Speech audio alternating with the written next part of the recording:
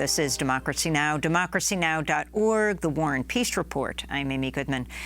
Relatives of passengers who died in a pair of fatal crashes of Boeing 737 MAX jets in Ethiopia and Indonesia are urging Attorney General Merrick Garland to reopen a $2.5 billion settlement that the Trump administration reached with Boeing in its final days in office last year.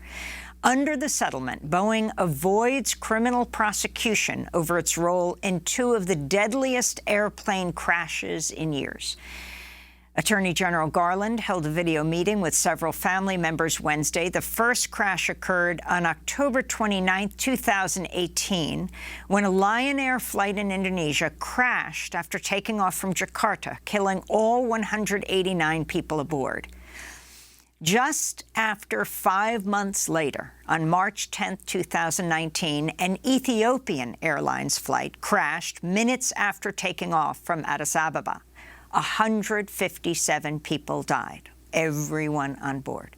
Both planes were using a new, flawed, automated flight control system that activated erroneously. The story of the Boeing crashes and the company's push for profit over safety are told in a stunning new documentary called Downfall, The Case Against Boeing. It just premiered at the Sundance Film Festival. This is an excerpt featuring Garima Sethi, the wife of Bavi Sineja, who died in the crash of Lion Air Flight 610 in Indonesia. He was the pilot. My husband prepared his flight bag, checked his schedule, checked out with his colleague that he's flying with. We had a meal and had a chat for 20-30 minutes. That was the normal routine before he left for his flight. After he left, I went back to sleep.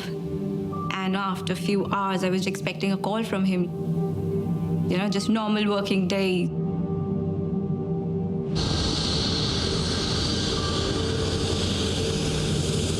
Line Inter 610, clear for takeoff, runway 25 left. Line Inter 610, clear for takeoff, 25 left.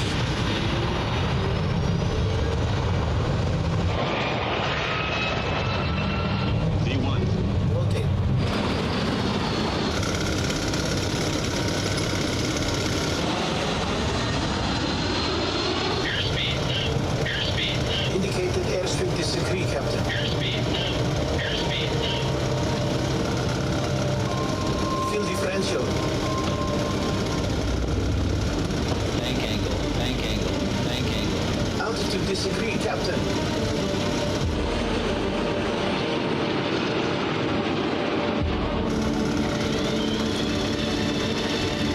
Line Inter 610. We have a flight control problem.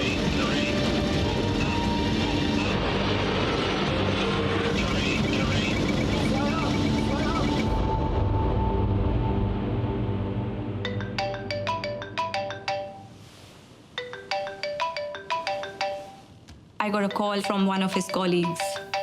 We are not able to find his aircraft. I'm like, don't worry, because I knew my husband. I knew how he flew. I was just expecting a call from him. You know, I've reached. That was the norm that we used to follow. So I was expecting that call from him instead of anyone else. And after that, it's just been, everyone knows. That was Garima Sethi, the wife of the Indonesian pilot in the Lion Air flight that went down in 2018. And that excerpt is from the upcoming Netflix documentary Downfall, The Case Against Boeing. We're joined now by two guests, the film's director and producer, Rory Kennedy.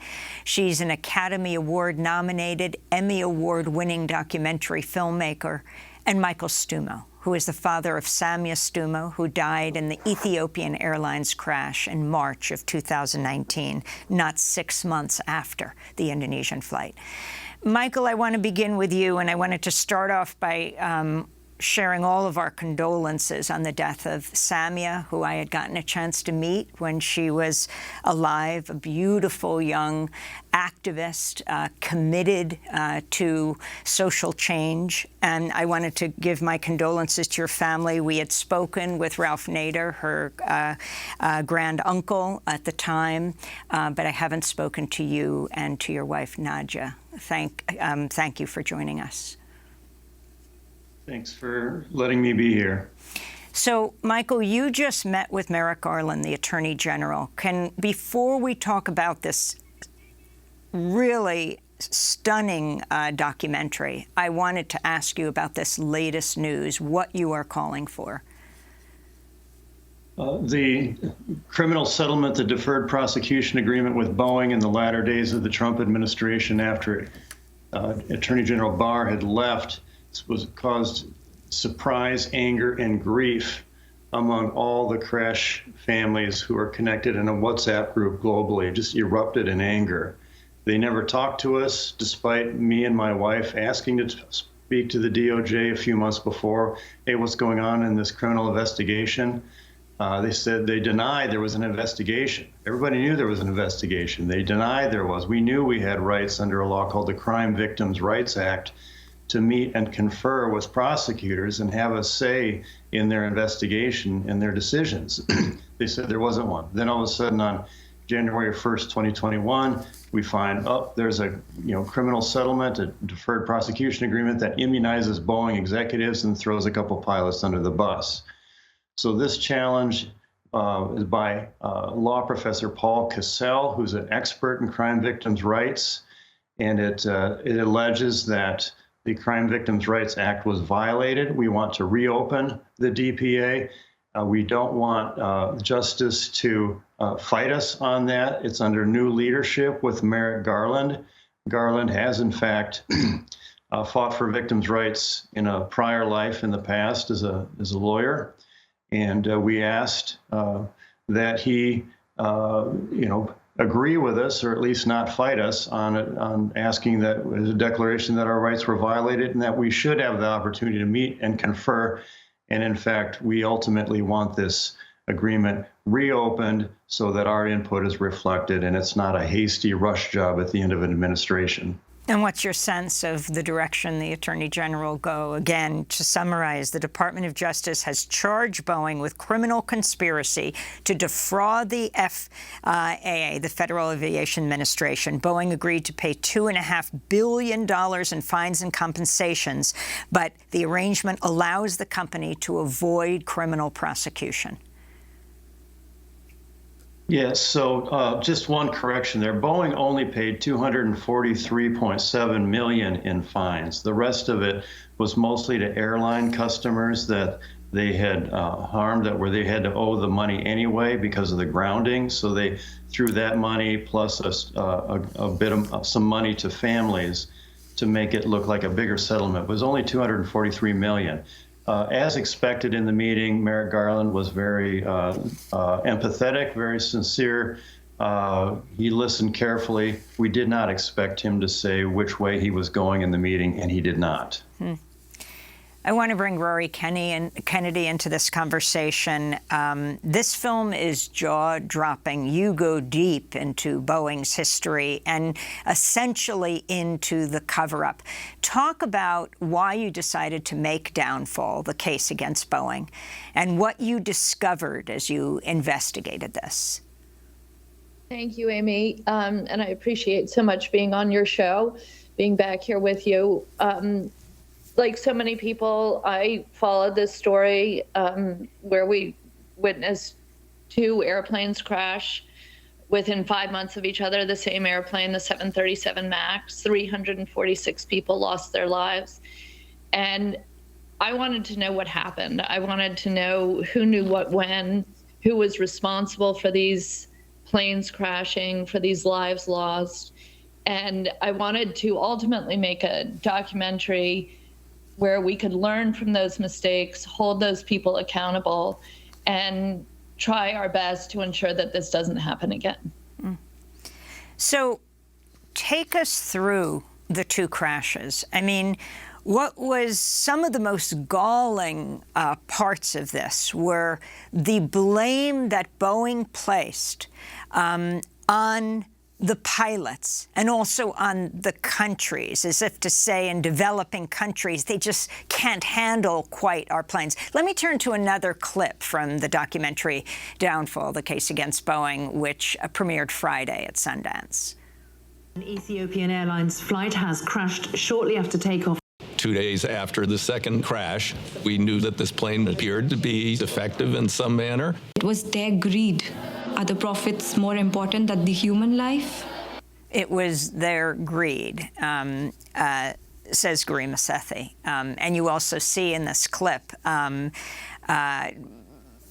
Congressmember DeFazio, who led a deep investigation into what took place, the Oregon Congressmember. But talk about first Lion Air and how Boeing responded, and then this unprecedented crash just months later, the same thing happens.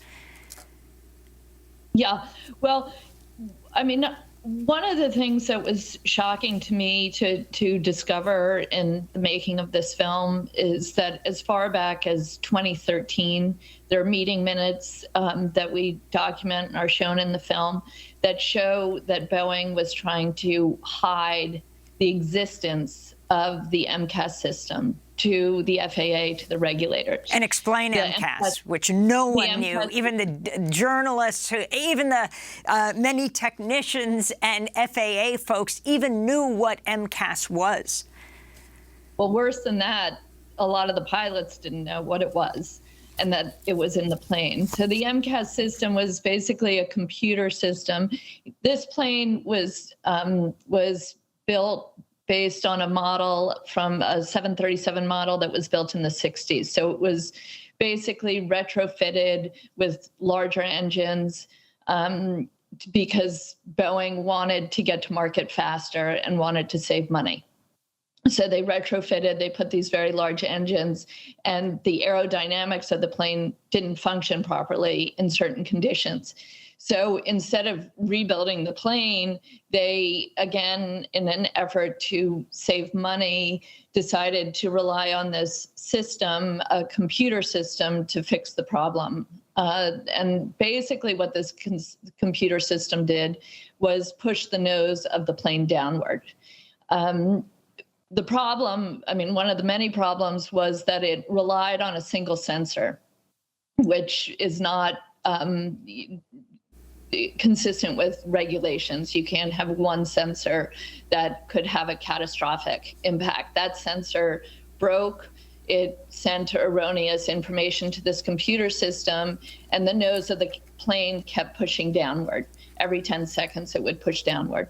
And in the first plane, that Lion Air airplane crash, they didn't even know the system was on the plane. We later found out, which was equally blew me away, that Boeing knew, based on their internal research, that if pilots didn't respond within 4 to 10 seconds of the system breaking down, that the result would be catastrophic. And catastrophic means that the airplane would crash and everybody would die on it. So they knew that as far back as 2016, and they still put these planes up in the air. And as you point out, after that first Lion Air crash, they blamed the pilots, even knowing that it was the system that was faulty on this aircraft. So it was, I mean, you can imagine Garima, who we just, we heard from, not only having to deal with the loss of her husband, but and who had committed himself to really protecting his passengers and was an extraordinary pilot, to not only have to deal with his loss, but then to deal with, this onslaught of press that suggested that her pilot husband was responsible for this. And so that was Lion Air, and they could get away with that for as long as there wasn't the second crash where the same thing happened. And in fact, these pilots, because of the first, though they weren't trained in a simulator, they were alerted to this MCAS, which, as you said, pushed the nose of the plane down. You had to act within 10 seconds, turning off the system. They couldn't deny it anymore, though it seemed like they were hiring more PR people, as you point out in the documentary, than they were dealing with how to take these planes out of service until they could figure it out. Well, you know, the truth is, Amy, I mean, okay, so between the first crash and the second crash, the other thing, you know, an additional memo and document is revealed in the film, which is a Tarim report. And the Tarim report showed that Boeing knew and the FAA knew that this plane had a likelihood of crashing 15 times over the course of its lifetime. So that would average out as once every 2 years. There would be a catastrophic crash like this. And they decided to keep the plane in the air knowing that. That's, to me, absolutely outrageous. I mean, to think that we are putting our children, our families, ourselves on these airplanes, and that Boeing and the FAA would allow a plane like this to go back in the air, again, in the interest of saving money, because to ground the plane would cost Boeing millions and up to billions of dollars. But still, after the second airplane crash, first of all, they kept it in the air for 3 days until there were a number of other countries, including China and the European Union, that grounded the aircraft. We only did that after 3 days here in the United States. And Boeing still blamed the pilots after that second airplane crash. Talking about their stupidity, I mean, the whole thing was incredible. But you also point out the corporate merger between Boeing and McDonnell Douglas played a key role. Yes, this was back in the 90s. And that, you know, I mean, Boeing is a company that I have huge respect for. It's been a driving force in our economy and really was on the forefront of pushing the envelope in commercial air, allowing us to be able to travel all over the world after World War II. You know, it was involved in getting the rockets up to the moon. You know, so it's had this extraordinary history and has really focused historically on engineering and excellence and safety. And that all seemed to change when they merged with McDonnell Douglas. McDonnell Douglas was a flailing company, and somehow the people who worked at McDonnell Douglas ended up, you know, one person we interviewed said they bought Boeing with Boeing's money and somehow took charge of the company and really turned it into a company that prioritized profits over safety. Michael Stumo, the organizing that the families of the plane victims did, what you did, going hearing after hearing to Washington, D.C., this international community, because one of the planes went down in Indonesia, one in Ethiopia, and the image of you standing behind the CEO of Boeing in one of those hearings, each of you holding the pictures of your loved ones. Talk about the organizing that has exposed so much of what Boeing did. Crash happened on March 10th of 2019. At the end of April, we learned that the FAA was planning to update pilot training for the MAX so that they received another hour of computer training. We knew then that the fix was in. They were trying to just do minimal changes to get that MAX up in the air. We were, you know, on the floor. I mean, we were just grieving. We're trying to recover, and then we realized, you know, we have to go to Washington, All the while, my wife Nadia and I were connecting with families, family members, crash families were reaching out to each other, connected in a WhatsApp group, connected in other ways. And Nadia and I went to Washington and met with 56 different members of the Senate Commerce Committee and House Transportation Committee. We have 20 seconds. Every time. And getting the families to Washington with the pictures many times in front of the decision makers was difficult but important to let them know what was at stake.